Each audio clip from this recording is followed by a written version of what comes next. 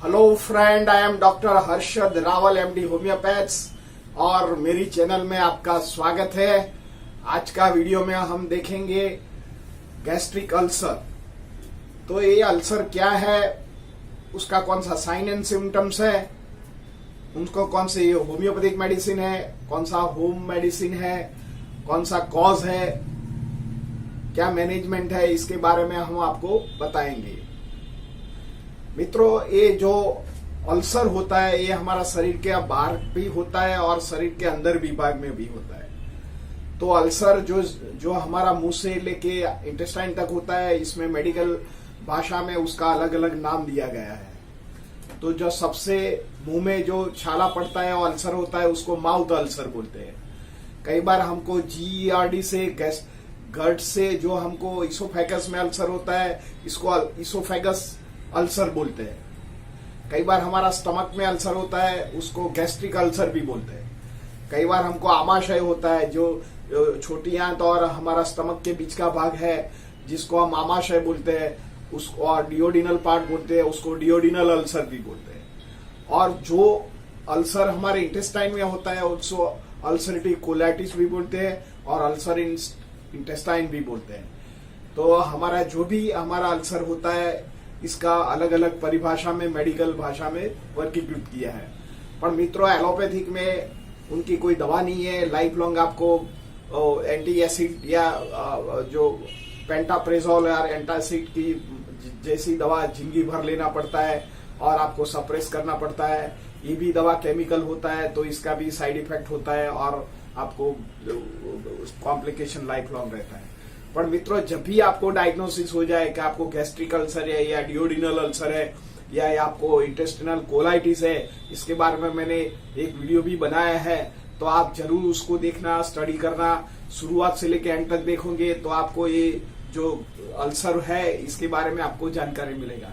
मित्रों, आज का जो हमारा वीडियो है गैस्ट्रिक अल्सर के लिए। तो गैस्ट्रिक अल्सर का जो क्या कॉज होता है, तो हमारा जो पेट में जो एसिड के इंटरनल हमारा जो लाइन होता है और इसमें अल्सर पड़ जाता है, और जो स्टमक का अल्सर होता है उसको हम गैस्ट्रिक अल्सर बोलते हैं। तो इसका कौन सा कॉज है, तो ये बैक्टीरिया की वजह से होता है। इसको हेलिकोबैक्टीरियल पाइलोरिक बैक्टीरिया बोलते हैं। ये जो बैक्टीरिया होता है ये हमारा स्टमक में चला जाता है, क्योंकि कई बार हमारा खान पान ऐसा होता है, प्रॉपर हाइजीन नहीं होता है और ये इन्फेक्टेड होता है। तो इंटेस्टाइन में जाके ये एच पाइलोरिक नाम के जो बैक्टीरिया होता है वो ग्रोथ करता है।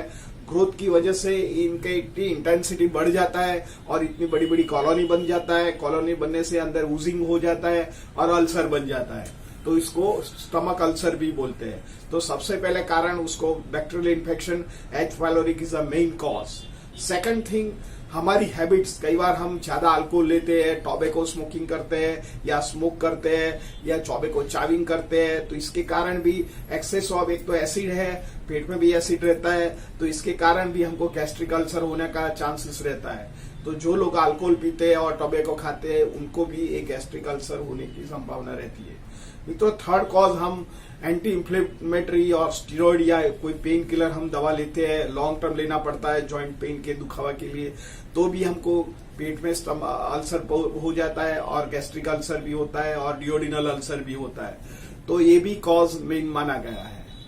चौथा कारण है हमें कई बार फूड एलर्जी होता है। कई बार हम ऐसा ब्रेड खा लेते हैं, कई बार हम आउटसाइड फूड खा लिया जो प्रॉपर नहीं होता है और हमारा शरीर को अनुकूल नहीं पड़ता है। तो ये फूड तो खाना पड़ता है लाइफ लॉन्ग के लिए, पर उसकी साइड इफेक्ट में पेट में अल्सर हो जाता है।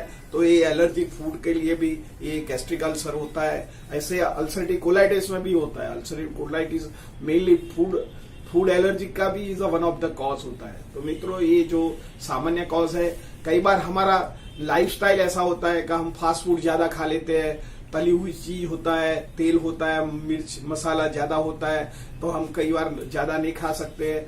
हमारा शरीर में खुराक पचाने के लिए एक मंद सेल तो होता है जो बैक्टीरिया को डिस्ट्रॉय करता है, पर हम कई बार ज्यादा स्पाइसी फूड खा लेते हैं। तो इसकी वजह से भी हमको ये फूड की वजह से भी हमको ज्यादा एसिडिटी होता है, और इसकी वजह से ज्यादा एसिड की वजह से भी स्टमक अल्सर होने की संभावना रहती है। और मित्रों, कई बार हमारा स्ट्रेस लेवल इतना बढ़ जाता है, हर थॉट प्रोसेस इतना बढ़ जाता है, तो हमारा जो खुराक का पाचन नहीं होता है और ज्यादा सिक्रीशन इंटरनल वॉल को होता है, तो इंटरनल वॉल की लाइनिंग घिसाता है, धीरे धीरे इसमें इरोजन हो जाता है एंड अल्सर पड़ जाता है।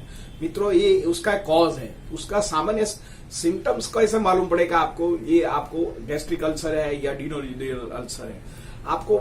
आपने आगे का मेरे वीडियो में देखा होगा कभी गैस्ट्रिक अल्सर और में भी हाइपर एसिडिटी होता है, और तो सामान्य उसको परिभाषा कैसे डिस्ट्रीब्यूट किया जाता है। जिस लोगों को हाइपर एसिडिटी होता है, ये पेट में जलन होता है, गैस होता है, वायु होता है, और ये अपर रिफ्लेक्ट भी होता है, उसको GERD बोलते हैं। कई बार उसको लेरेंजाइटिस भी होता है, और कई बार तो पेट में गैस भी बनता है।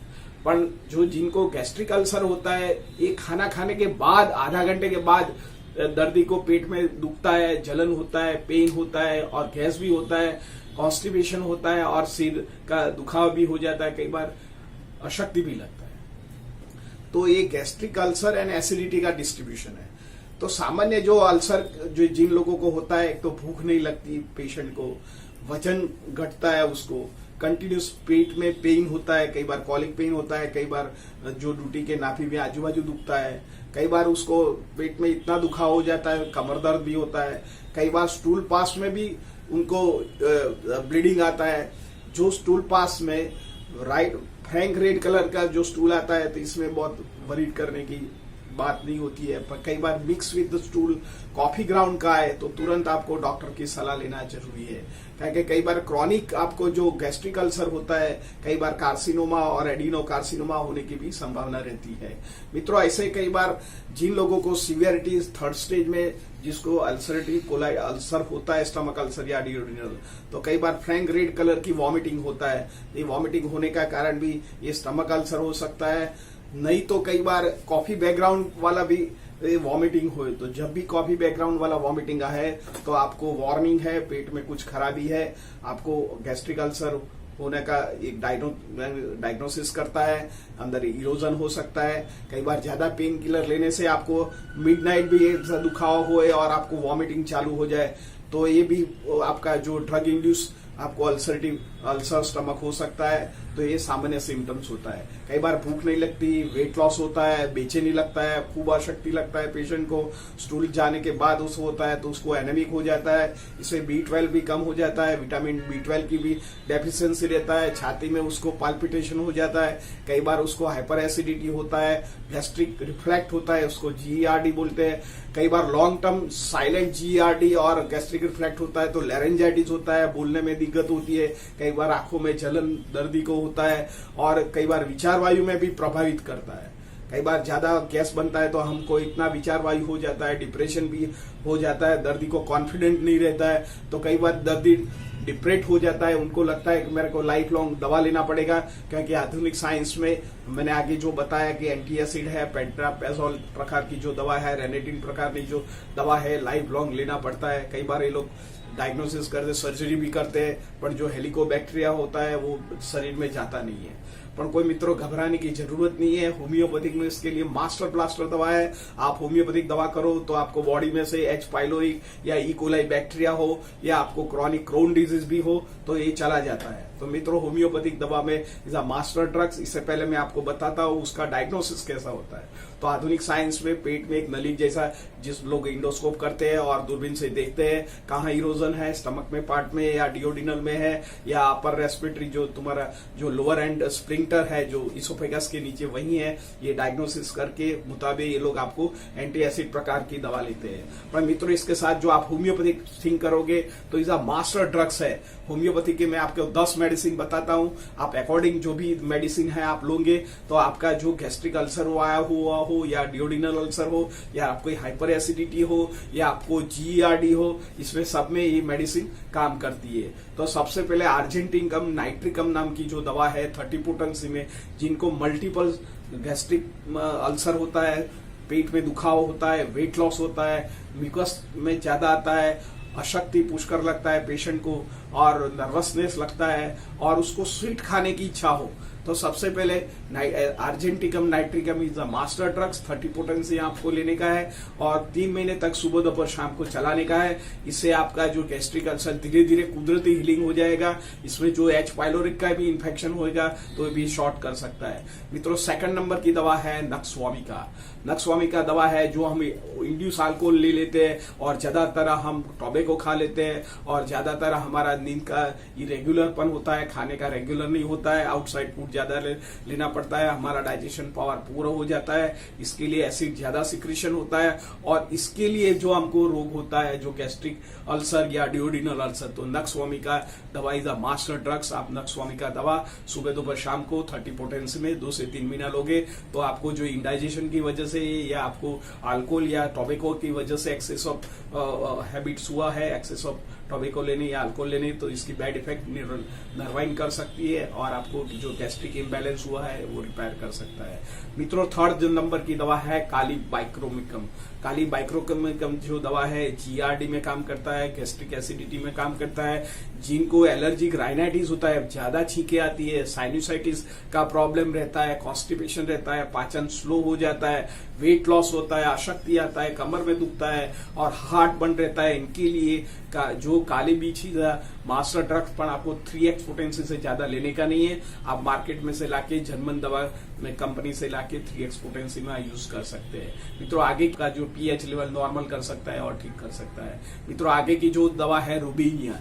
जिन लोगों को हाइपर एसिडिटी इतना रहता है कि खट्टापन कंटिन्यूस वाटर ब्रश हुए और दांत में भी खट्टापन आए, सो जाए तो भी हार्ट बर्न हो जाए और गैस्ट्रिक रिफ्लेक्ट भी हुए, दांत में जीईआरडी हो जाए, दांत में पायरिया हो जाए, आंखों जलन हो जाए, लेरेंजाइटिस हो जाए और आपको कंटिन्यूस वॉमिटिंग जैसा फील हो जाए, खुराक का पाचन नहीं होए, पत्थर जैसा लगे, कॉन्स्टिपेशन रहे, तो रुबीनिया जो लोग एंटी एसिड दवा के प्रभाव में रहते हैं लॉन्ग टर्म और उनको खाने के बाद लेना ही पड़ता है पेंटाप्रेसोल प्रकार की दवा, तो इसके इंस्टीट्यूट में आप रुबीनिया मदर टिंचर 0 पोटेंसी ले, मदर टिंचर फॉर्म में 10-10 स्ट्रिप आप 6 मंथ तक लो तो धीरे धीरे आपका पीएच लेवल नॉर्मल हो जाएगा और जो पेट की बीमारी है वो ठीक हो जाएगा। मित्रों, आगे की जो दवा है लाइकोपोडियम। जो लाइकोपोडियम दवा is a wonder drugs. 30 potency में लेने का है, इंडाइजेशन रहे, आपको 4 से 6 के बीच में पेट में गड़बड़ रहे और राइट साइड क्रैम्प्स पेन आए शोल्डर में और आंखों में जलन हो जाए, अशक्ति लगे, पर्टिकुलर मेन लोगों को, जिन लोगों को लीवर का प्रॉब्लम ज्यादा होता है, इसके लिए गैस्ट्रिक डिरेंजमेंट हो जाता है, तो उनके लिए जो दवा लाइकोपोडियम है बहुत प्रभाव इफेक्ट करता है। ये आप 30 पोटेंसी में सुबह दोपहर शाम लेने से आपको जो भी अपर रेस्पिरेटरी ट्रैक हो या आपको गैस्ट्रिक इमोबिलिटी हो या डिओडिनल अल्सर हो तो इसमें वो बहुत अच्छा काम कर सकता है। मित्रों, ब्रायोनिया, जिन लोगों को खुराक का पाचन नहीं होता है, सीवियर कॉन्स्टिपेशन रहता है, खाने के बाद पेट फूल जाता है, पत्थर जैसा हो जाता है, तो उनके लिए ब्रायोनिया दवा है 30 पोटेंसी में सुबह दोपहर शाम को लेने का है। मित्रों, कई बार खाने के बाद वॉमिटिंग हो जाता है, तुरंत आपको वॉमिटिंग हो जाए, ठंडा पीने की इच्छा हो जाए और आपको कई बार ब्लीडिंग भी हो जाए, तो फॉस्फोरस नाम की जो दवा है एज अ मास्टर ड्रग, आप फॉस्फोरस दवा लीजिए तो फॉस्फोरस 30 पोटेंसी में आपका जो हेमाटोमेसिस रहता है या रेक्टम में आपको ब्लीडिंग आता है, पासिंग स्टूल और जलन रहता है, तो इनके लिए ये जो दवा है फॉस्फोरस बहुत मास्टर ड्रग्स है, 30 पोटेंसी में लेने का है और लाइफ लॉन्ग चलाने का है। मित्रों, जो आगे की जो दवा है कार्बोवेजिटेबलिस। कार्बोवेज क्या करता है, हमारा खुराक का पाचन नहीं होता है और अपर गैस्ट्रिक प्रॉब्लम ज्यादा रहता है, खाने के बाद आपको इतना वायु बन जाता है कि आप सो भी नहीं सके और उठ जाना पड़ता है, कई बार हार्ट बर्न भी होता है, कई बार आपको पेट में जलन रहता है, आंखों में जलन होता है, लेरेंजाइटिस होता है, बोलने में भी तकलीफ हो जाए, तो carbo veg is a work well. ये दवा आप 2 से 3 महीना लोगे तो आपको जो गैस्ट्रिक अल्सर है या डिओडिनल अल्सर है इसमें मास्टर ड्रग्स है। मित्रों, लास्ट जो दवा है नेट्रमफॉस। मैंने सब मेरे जो वीडियो में बताया हुआ है जो गैस्ट्रिक डिरेंजमेंट के में, इसमें नेट्रमफॉस मेरे लिए बहुत मास्टर ड्रग्स है। 6x पोटेंसी लो तो जैसे ही एंटी एसिडिक जो दवा लेता है ऐसे ही सेम टू इफेक्ट करता है। ये बहुत गैसेस बनता है, गैस स्लो नीचे उतरता है या ऊपर उतरता है, छाती में जलन रहता है, तो इसमें ये दवा बहुत इफेक्टिव है। तो नेट्रमफॉस 6x पोटेंसी में जिन लोगों को डायबिटीज की वजह से जो शुगर ज्यादा आती है, शुगर की वजह से आपका खुराक का पाचन कम होता है, लीवर डिरेंजमेंट होता है, यूरिक एसिड बढ़ गया हो या आपको कोलेस्ट्रॉल का भी प्रॉब्लम है, तो एक ही दवा 3 रोगों को ये सबसाइड करता है। तो नेट्रमफॉस नाम की जो दवा है ये सुबह दोपहर सुबह शाम को लेने से ठीक हो सकता है। मित्रों, जब भी गैस्ट्रिक अल्सर आए तो आपको बिल्कुल घबराने की जरूरत नहीं है। आपको जो इंडोस्कोपी से डर लगता है तो कोई अच्छे होम्योपैथ के पास जा सकते हैं, या हमने जो नीचे बताया व्हाट्सएप में हमारे साथ ये प्रोफेशनल आप कंसल्टेशन कर सकते हैं। नहीं तो हमको जो वीडियो में बताया हुआ है ये दवा भी आप फॉलो कर ले सकते हैं, तो आपको जो भी अल्सर का प्रॉब्लम हुआ हो ये क्योर सकता है। मित्रों, हमारा ये जो वीडियो अच्छा लगा लाइक कर दीजिए, शेयर कर दीजिए, और आपके व्हाट्सएप ग्रुप में या फेसबुक में भी कर दीजिए कि जिन लोगों को ये जो गैस्ट्रिक अल्सर है या ड्यूडिनल अल्सर है इसके लिए उनको माहिती प्राप्त हो जाए। मित्रों, मेरा ये वीडियो अच्छा लगा तो लाइक कर दीजिए। Thank you very much.